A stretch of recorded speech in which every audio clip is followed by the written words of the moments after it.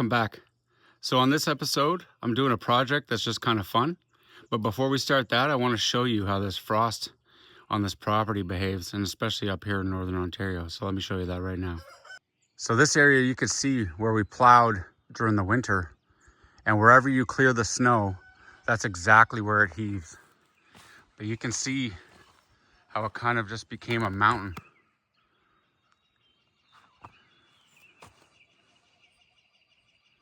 So what I did here was we had a stainless steel barbecue that had a base and everything, but because of the heaving, it was kind of all over the place during the winter. So what I wanted to do was get rid of the base, and you can see what I did here. So this black tubing here is actually from a bunk bed I got off my buddy. So nothing goes to waste when you're off grid. You can always repurpose stuff, and that's what I did. I'll give you a closer look. So what I did there was I drilled a hole into my log, and I drilled a hole down there on an angle, and then I just built it out, and then I supported the middle with this 2x4. So that way in the winter, if anything heaves, it won't make a difference. You can see under there. And then I just squared it up. So I thought it was a pretty cool idea. And then, you know, it's at a higher height that you can cook on. So what we're going to do is, having this 4x4 post here, we're going to come off that log and have like a fence. So it kind of looks like a saloon, and then a post over there, and then build kind of a fence in between it. And then that'll also block some of the snow in the wintertime. So I got these from Home Depot. They're called Tough Blocks. And what I'm going to do is I'm going to move some of the gravel away, dig down a bit, and then I'm going to cut out a piece of 1-inch foam, and then I'm going to place this on top. Because from what I understand is frost can't grab a hold of foam. So if this is protected by the foam underneath, then it can't grab it and lift this up. But we'll see next winter how it reacts. And, you know, you got to give anything a try around here. First thing first, I'm going to have to change my chainsaw blade. So when I was building this log cabin and I was cutting out the doorway for the shower, I probably hit every nail. So they're all dull. And I suck at sharpening chainsaw blades.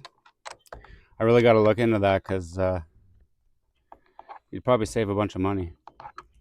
But a 2-pack of these 14-inch chainsaw blades on Amazon, I think are only like $14. So it's not actually that bad.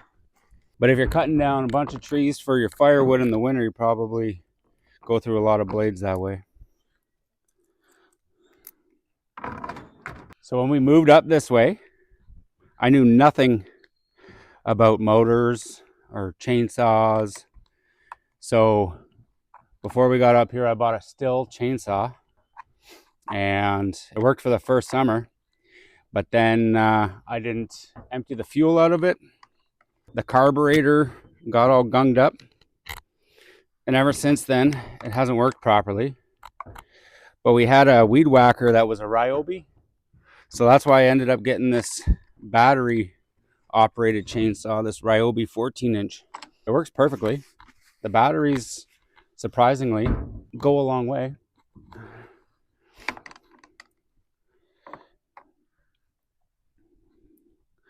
I just got to tighten this chain up. Got to keep these bolts a little loose while you tighten the chain. And instead of buying bar oil, I just use vegetable oil.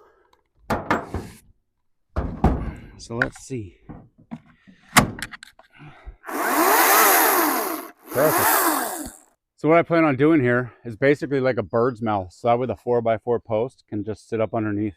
And I got a string here with a nut just to hang it down. And we're just going to mark out where this tough block's going to sit. So that way I don't have to remove the gravel from everywhere.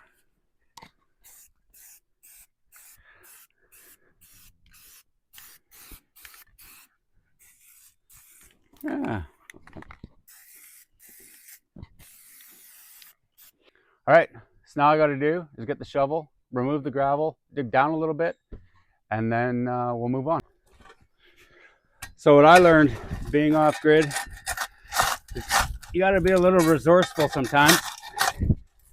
Not everything is garbage. Like behind my woodshed, I have a bunch of stuff that I threw back there that I could use at a later date that you never know if it's going to come in handy. So, not everything's trash. Yeah, I guess I didn't lay the gravel here very thick.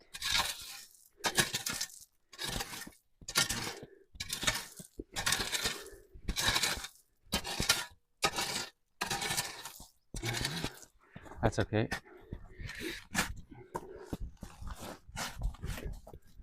Dig out some of this soil here.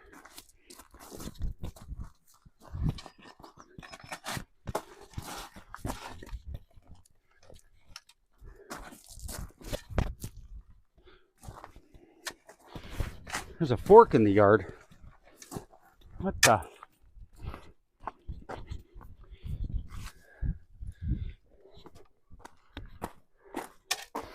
Someone's getting hungry.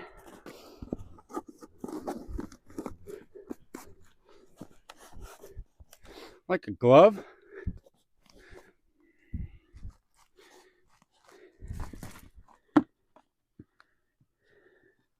So here I'm just going to do a rough guess. I don't want to cut out too much of the meat. So I'm going to do a rough guess and I'm going to mark it here with my fork. Wrong. Just going to eyeball this.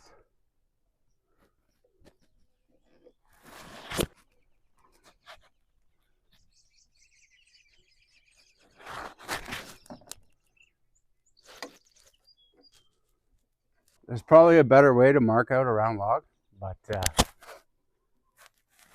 we'll see. So I'm right about here. So I'm gonna go roughly across. And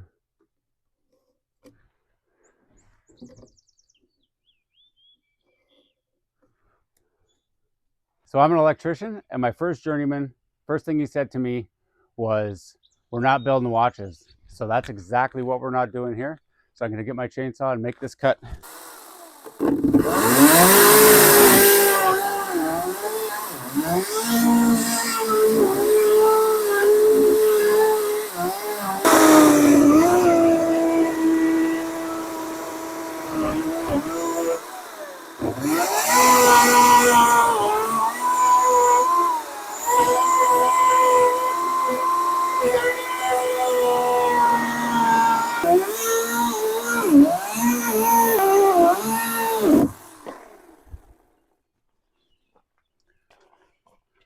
Now I just need a measurement from here to our tough block.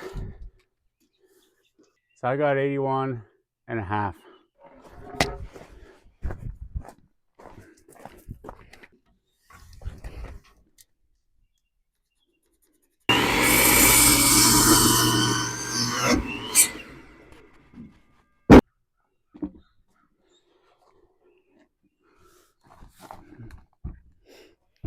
Okay.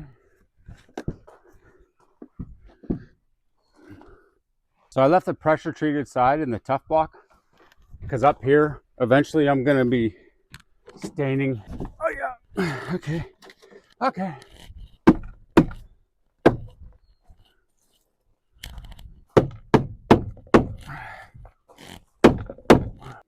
So I'm just going to tack this in here for a sec. So the top doesn't move on me.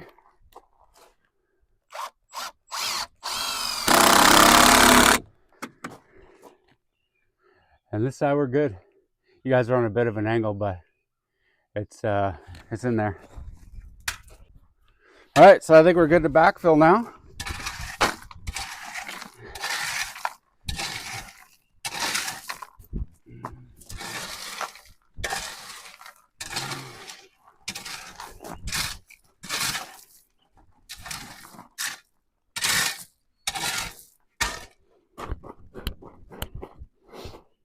One day I gotta rent one of those tamping machines and do the whole driveway and everything.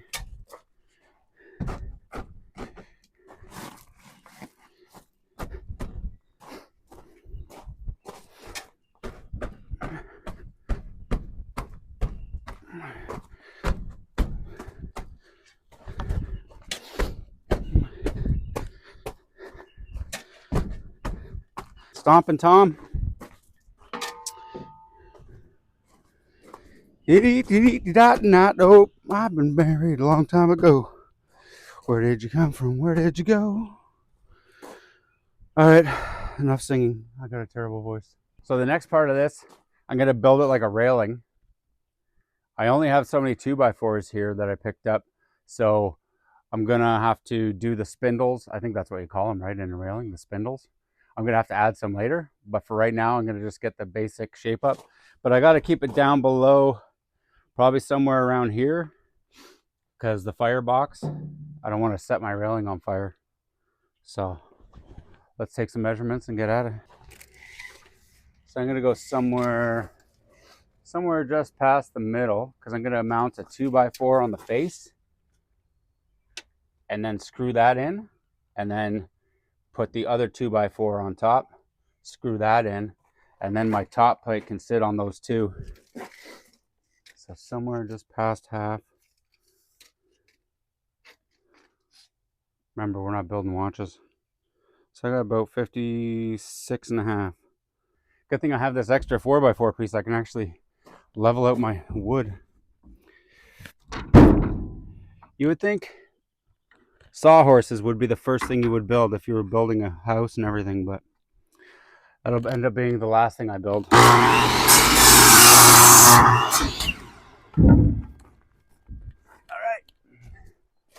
So now, I want it close to the ground, but I don't want it touching the ground. So I'm just gonna kind of guess where I want it, estimate what I think looks right. And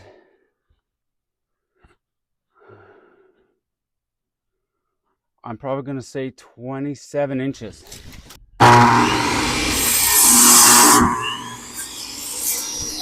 Okay, so I'm just gonna put it where I was thinking it was gonna go.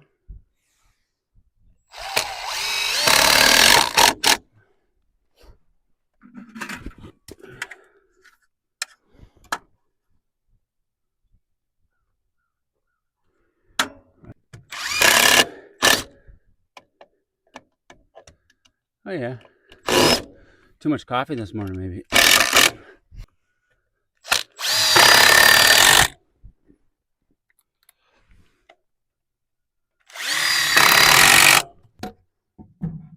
So I'm just going to temporarily screw this one here, so that way I can figure out where level is. So I can mark this post.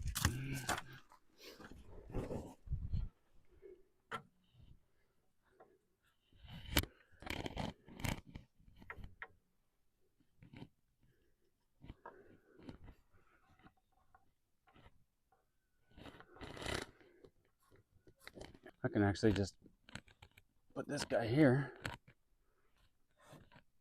Whoa.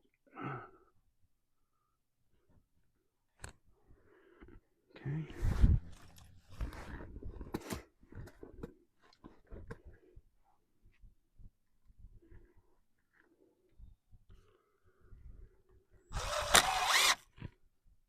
You know, if we evolved to have 3 hands, that would work out way better.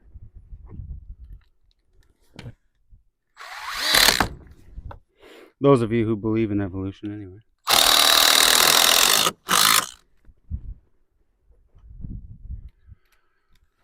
All right. I was going to build it like a wall and then just put it up, but this is easy. This is easy enough. There we go. So now it's not quite as close.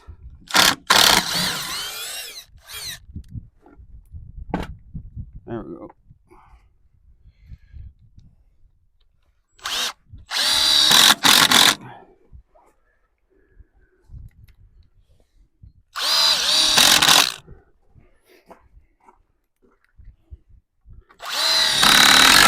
Before I stain this too,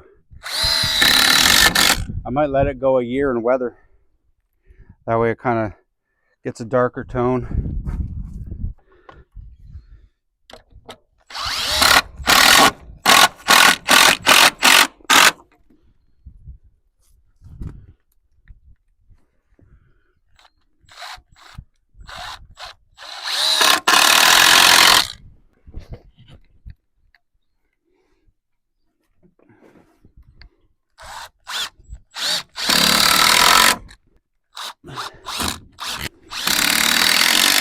sometimes just building it right in place makes more sense than, you know, pre-building. It's a little easier to handle, easier to manage.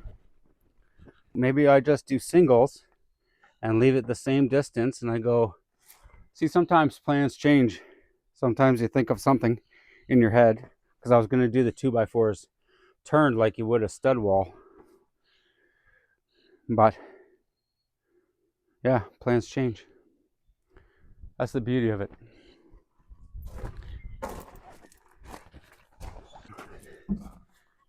Another thing I was thinking is, what if I do stagger it? One in the front, one to the back. Hey,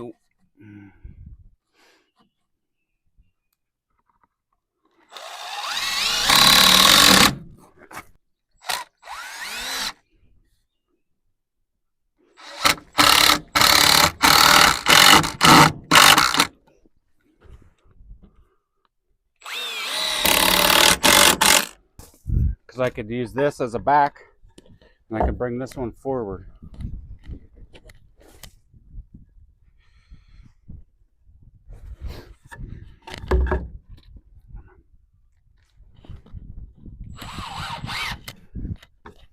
Maybe I'll switch this around so I don't see the writing.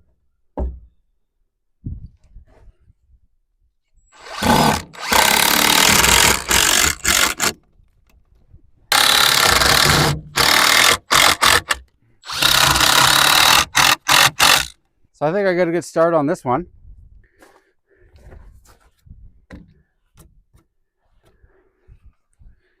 And now I'm going to do the other post. So now that you've seen the first post getting done, I'm just going to speed you through this next one.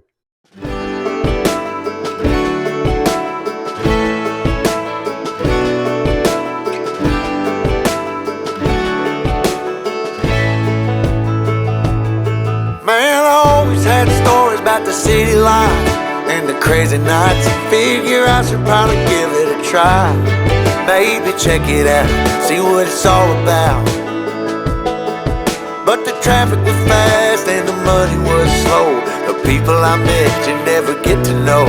I kinda miss this place I used to live back home. Cause up here it's breakneck, paycheck, rat race, what's next? I'm tired of feeling like a small fish in a big pond. I think I'll go back where I came from, where everybody knows my name. My friends are still the same. I guess the slow life hit me just right, like a bonfire on a cold night. Hell, and you can keep your 9 to 5. Happy with the simple life.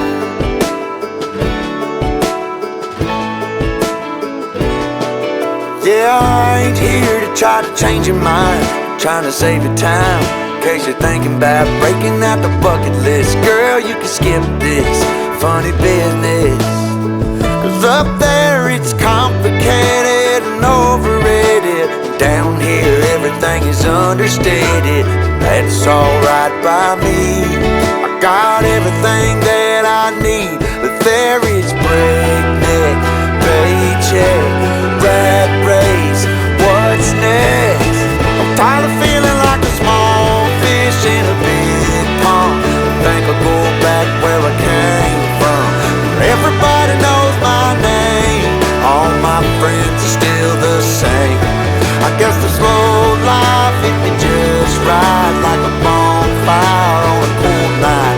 Yeah, you can keep your 9 to 5, cause I'm happy with the simple life.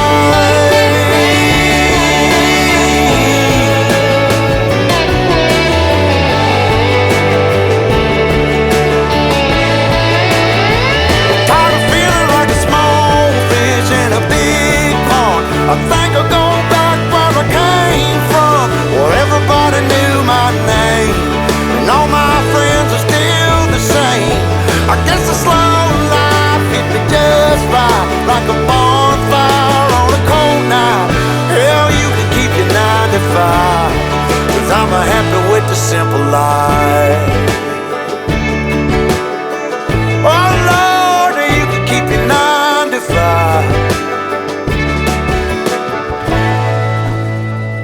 Well, as you can see, you know where this is going. I just got to get some more 2x4s. But yeah, sometimes it's just nice to do a project that's fun and not stressful, or you know what I mean, not just a work kind of thing. So as always, thank you for joining me. Stay safe, stay warm, and I'll see you guys all in the next one. Bye guys.